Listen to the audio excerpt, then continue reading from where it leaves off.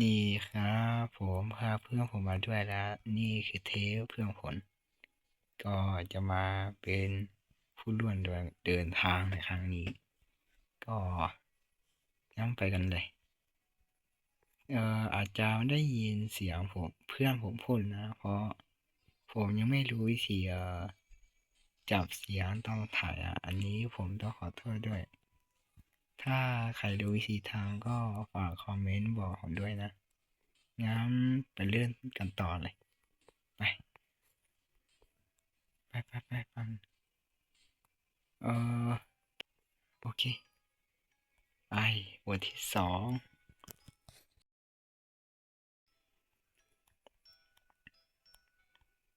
ครั้งหน้าผมจะพยายามหาวิธีอยู่นะว่าจะถ่ายยังไงให้จับเสียงตอนคุยกันได้อันนี้ผมต้องขออภัยจริงเผื่อใครรู้วิธีก็ฝากคอมเมนต์ด้วยก็ไปเรื่อยกันต่อเลย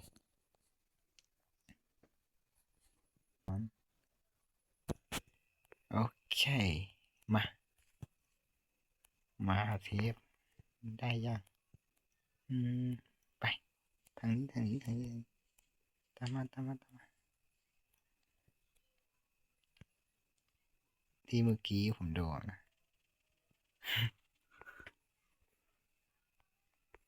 โอเคไปวิ่งเลยเทปโอเคตามมาไปหาของต่อไปหาของเออเราได้บทเรียนมาอย่าเปิดประตูนั่งเดียวจบไม่สวยจะขึ้นไหมพอไม่ได้เอ่อพูดคุยเล่นแล้วมันสื่อสารยากฮะเดี๋ยวผมจะพยายามหาวิธีดู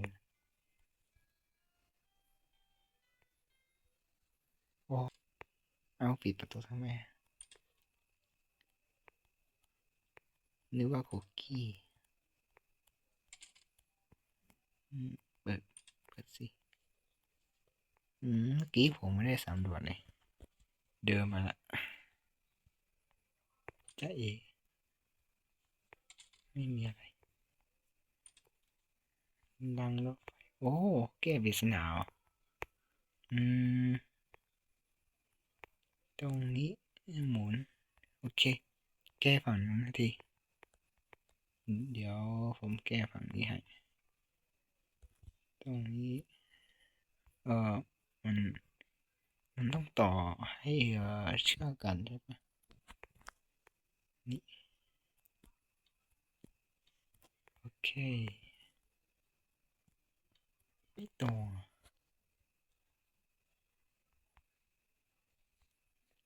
เราต้องไปฮะเอารถไฟโอเคมาทั้งคู่เลยโอ้เมื่อกี้ลืมดูให้แล้วต้องไปตรงไหนอะตรงนี้เหรอเอ้าเออกดนั่งแล้วมันอ๋อโอเคไปแล้วมันอยู่ตรงนี้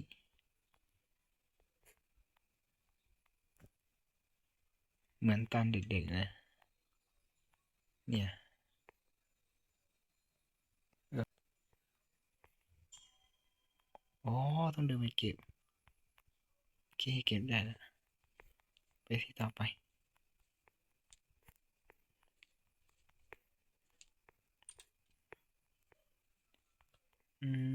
ห้องต่อไปน่าจะอยู่ฝั่งนู้นของอืมโอเคน่าจะอยู่อีกฝั่งนึงคือทั้งคู่ไม่เก่งภาษาอังกฤษทั้งคู่เลยก็ขอโทษด้วย ราะเรากำลังฝึกเรียนอยู่ภาษาอังกฤษก้อนเมฆอืมท่อระบายอากาศเปิดก่อนเลยอะไรอะโอ้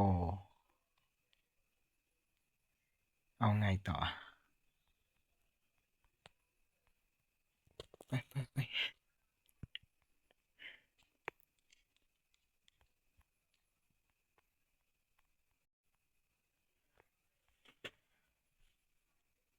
โอ้เก็บไม้เหรอต่อทาง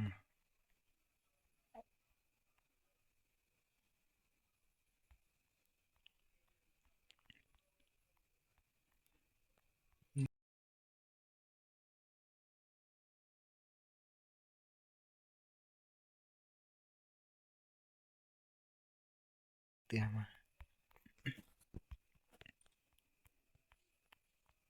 ทางนี้เอาไปไหนแล้วอ่ะเพื่อนทางนี้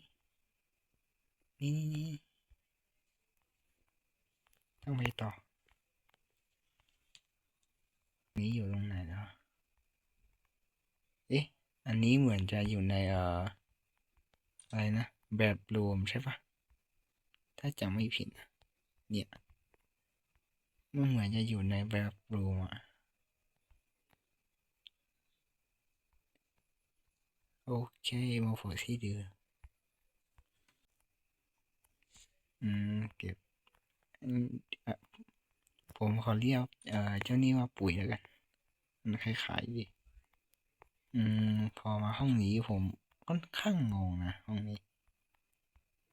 เนี่ยมันเปลี่ยนละ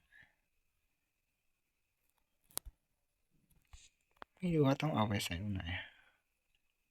เปลี่ยนดิเปลี่ยนดิเปลี่ยนโอเค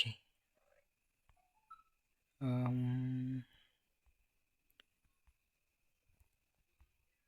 เปลี่ยนเหมือนเราต้องสลับหาทางเข้าหรือเปล่าเดี๋ยวลองคลิปดูก่อนนะว่านี้ทางนี้เปิดนี่เจอแล้วให้เจอของเอาโดนขัง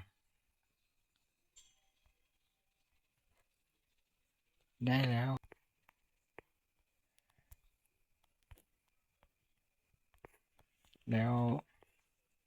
ออกยังไงนะโอเคอยู่ไหนล่ะยังอยู่นะไม่ได้ไปต่อเลยหาทางต่อไปทางไหนต่อล่ะทีนี้ไปดูอีกฝั่งหนึ่งไป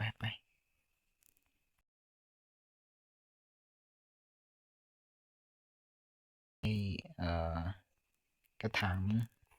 อะไรต้นน้ำกระถางไม้ไม่รู้ว่าต้องเอาไว้วางตรงไหนรู้เหรอไปน้ำไปเลยมันไม่น่าใช่นะ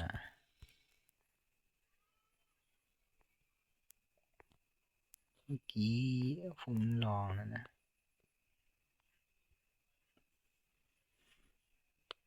มันมันเหลือไม่ได้นะเดี๋ยวลองเนี่ยมันไม่ได้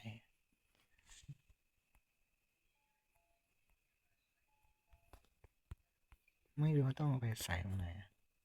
จองต้นไม้เหรอใช่ปะแต่มาว่าใช่ที่เราคิดไหมคือลองเ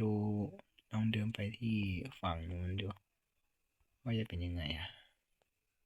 วันนี้ก็คือต้นไม้เหมือนกัน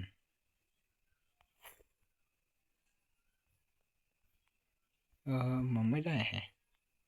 มันวับกลับมา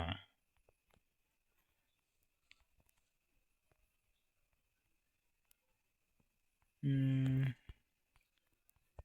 แล้วยังไงล่ะ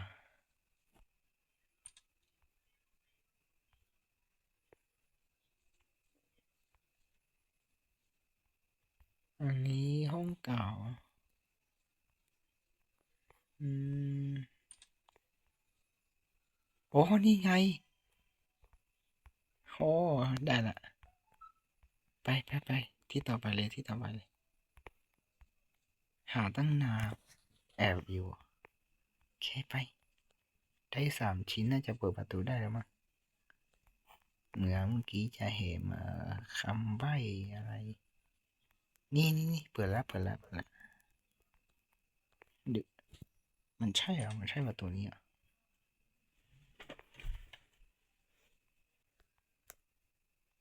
มานี่ทำไมต่อบนเหรอ นี่ไปต่อ ไม่รู้ว่าทางใหม่ไหมอ๋อ มันต้องแบกแล้วแบกไปเก็บยังไง แย่ละ มันอ่านว่าอะไรวะ ไม่รู้ เก่งดนตรีไหมมันต้องเอาแท่งไปเหยียบ โอเค ไป เห็นแล้ว โอเคนะ ขอกลับไปที่ห้องดนตรีก่อน C D E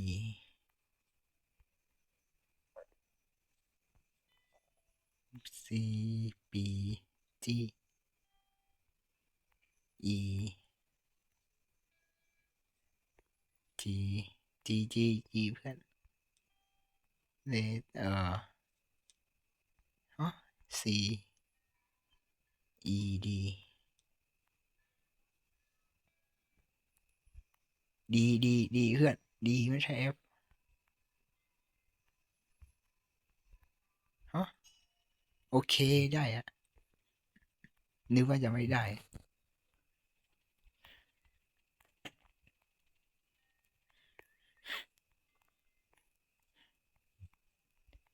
แล้วไปไหนต่อ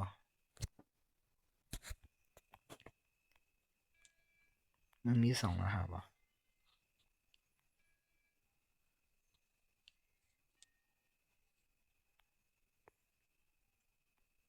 นี่นั่งเก็บเลย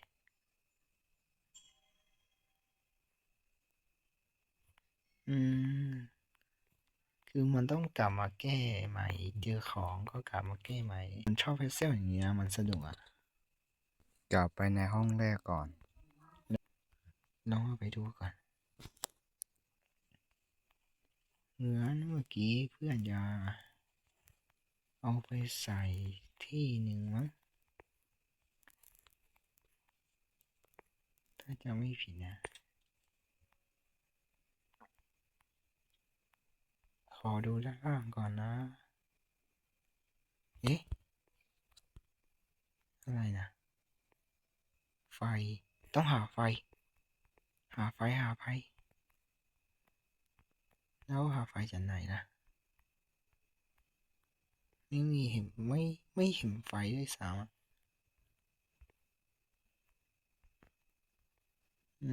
ไม่ เอ๊ะ เมฆหาย ได้ไฟมาแล้ว เนี่ยผมบอกแล้วว่าผมชอบเพซเซลอย่างนี้พัซเซลเพราะมันสนุกเราแก้อีกข้อหนึ่งต้องหาของอีกห้องมาแก้ต่อ นี่ชิ้นส่วนความฝัน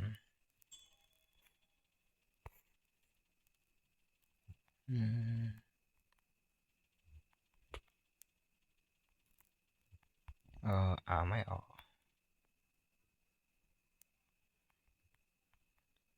ไปไหน ต่อ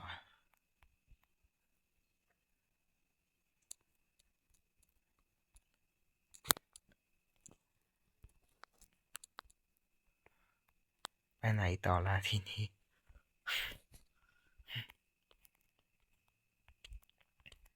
เดี๋ยวค่อยต้องคอยดูดี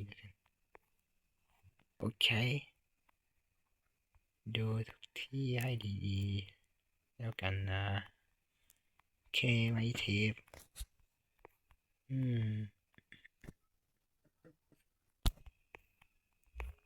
คงต้องกลับไปดูทีละห้องอย่างละเอียดอ่ะฝั่งนี้มืดไม่น่ามีอะไรแล้วผมเอาหมอนโยนด้านล่างด้วยมันน่าจะเอาไปแก้อะไรสักอย่างอันนั้นมันคืออันที่3เดือนที่2อันที่2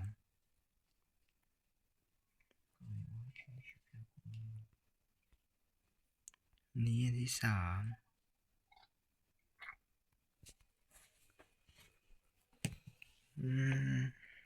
อันที่3อันที่1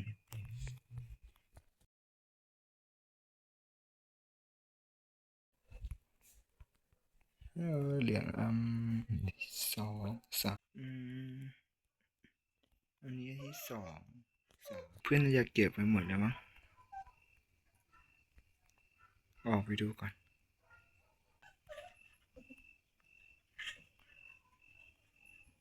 แล้วเราก็เอาไปใส่ตรงไหนล่ะ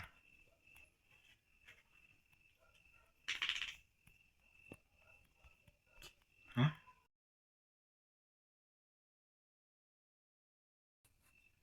โอเคกลับไปทางไหนอะทางนี้เหรออันนี้มันห้องเดิมนะแล้วทางไหนล่ะอันนี้ก็ไม่ใช่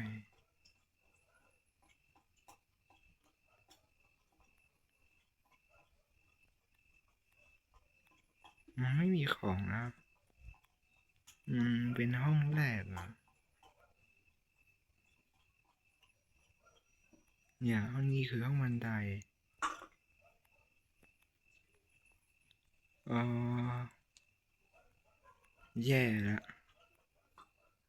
ไม่รู้ไปต่อไงอะอ๋อเมื่อกี้คือเลข8ป่ะ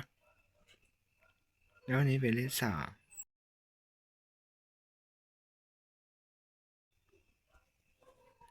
มีอะไรเนี่ยฮะอย่าเบื่อคนทรงจำอ๋อ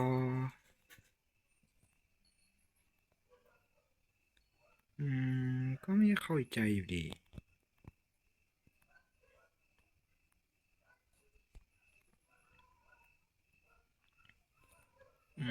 ต้องกลับไปนะฮะน่าจะเอาไปใส่สักที่หนึ่ง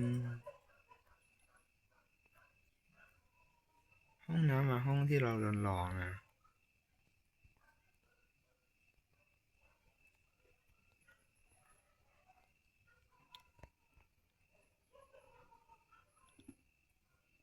ฮะแล้วมันต้องเดินยังไงอะย่องเอาอะ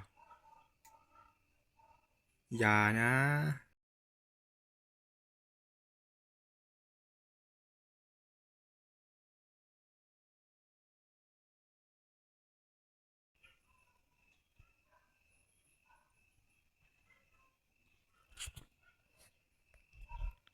ผมว่าผมรู้แล้วแหละ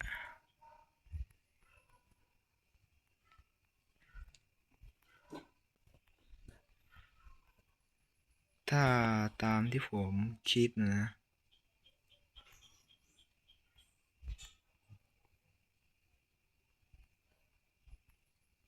เหมือนต้องย่องเอาอะแล้วเพื่อนไปไหนอะเก็บได้อีกหนึ่งเหลืออันนี้อ่ะมันจะเก็บยังไงอ่ะ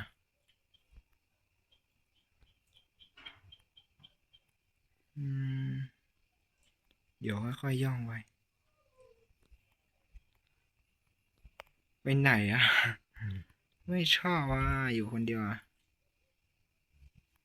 เมื่อกี้มาโผล่ห้องนี้มาได้ปะ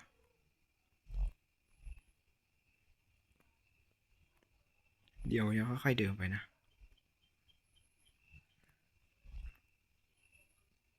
โอเคค่อยๆค่อยๆค่อยๆช้าๆช้าๆ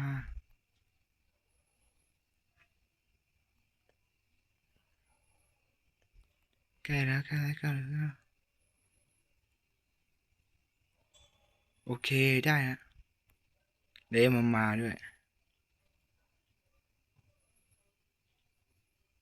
โอเคจับเลย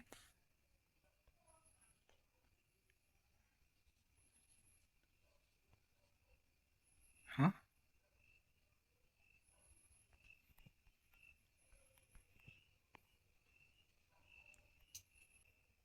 เราก็เก็บได้เนื้อด้วยอะ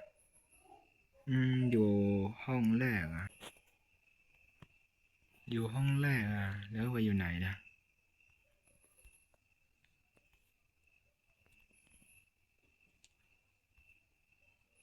เออก็ยังอยู่นะอ๋อยังมียังมีเหลืออยู่ไหมยังเหลือ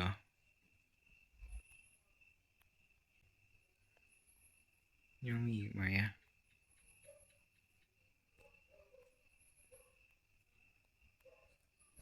คือผมเก็บได้ไปหนึ่งเพื่อนก็เก็บไปได้หนึ่งตรงนี้เก็บไปแล้ว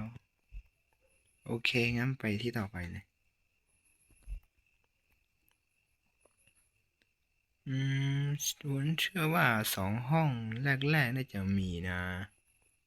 เนี่ยห้องอย่างนี้อ่ะมันต้องแก้ปริศนาอะไรอ่ะฮะอาบน้ำแล้วยังไงต่อ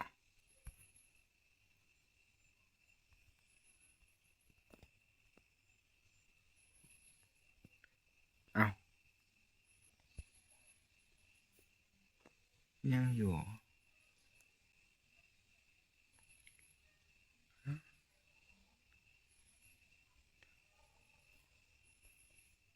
ดูก่อนนะมันต้องมีซากอาหมาอยู่ตรงนี้อ่ะอ๋อกระถางต้นไม้ลืนเลยเย้ใช่ใช่จริงด้วยดูว่าจะได้ต้นอะไรเออน่าจะใช่มั้งเอาปุ๋ยเดี๋ยวผมรอดูแล้วกันเพื่อนกำลังไปเอาละนี่ได้แล้วไม่ต้องใส่เพื่อนได้ละเดี๋ยวรอเพื่อนมาก่อนได้แล้วอ่ะไม่ต้องใส่ก็ได้อาบน้ำน่าจะเอาไปแก้พัซเซิลใหม่มันได้ละอันนี้น่าจะเอาไปแก้หน่อยอะดูก่อนนะเมื่อกี้เลข 3ป่ะเลข 0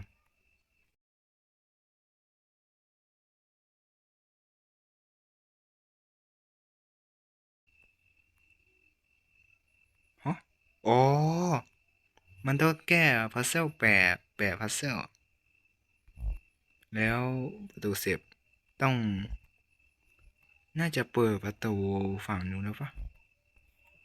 ใช่ปะขอกลับไปห้องเมื่อกี้ก่อนมาถึงละประตูฝั่งนู้นอยู่นี่เนี่ยห้องนี้อ่ะเปิดได้ไหม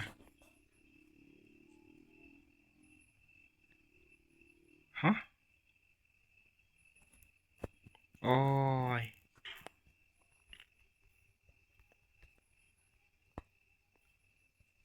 อ๋อเปิดประตูจริงด้วยประตูแห่งความฝันทำไปเลย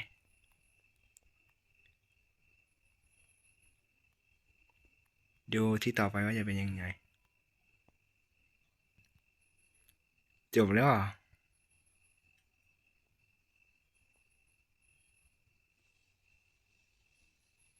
ใช่ปะจบแล้วปะ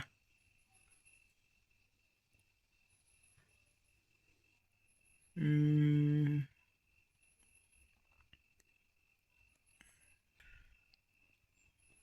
ต้นไม้ต้นไม้และทุ่งหญ้าแค่นี้เหรอน่าจะจบแล้วมั้ง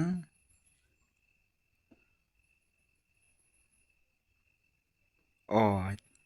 จบก็บ้าละ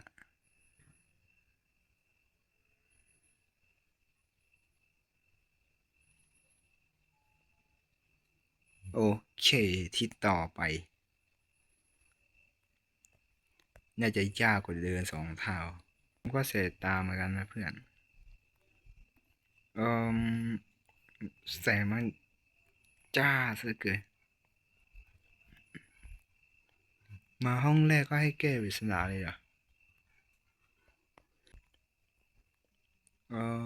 ออกไปข้างนอกลิฟต์ไหม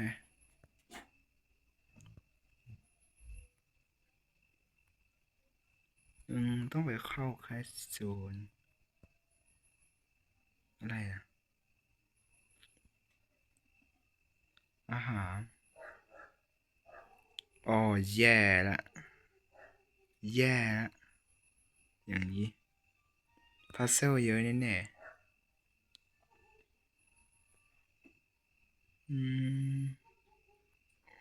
อ๋ออันนี้คือเมืองเมืองเมืองตอนเจอของบทที่1อันนี้ผมจำได้อยู่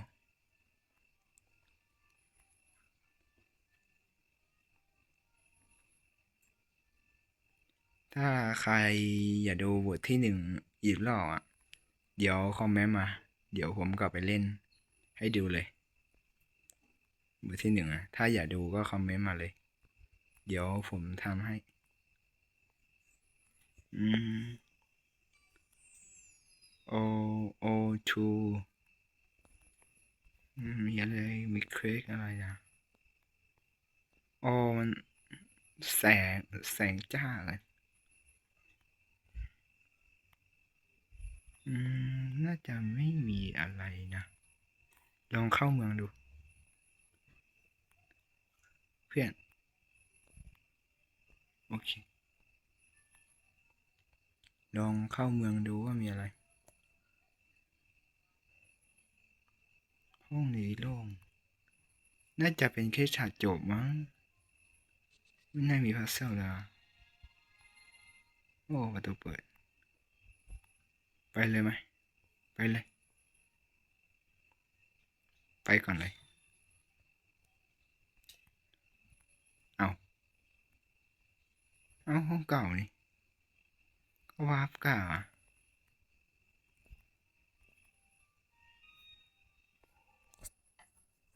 ก็แค่วาร์ปเก่า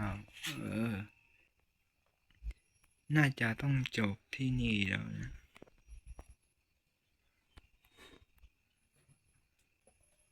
น่าจะต้องจบที่นี่แล้วล่ะคือไม่รู้ไปทางไหนต่องั้นก็ได้อืม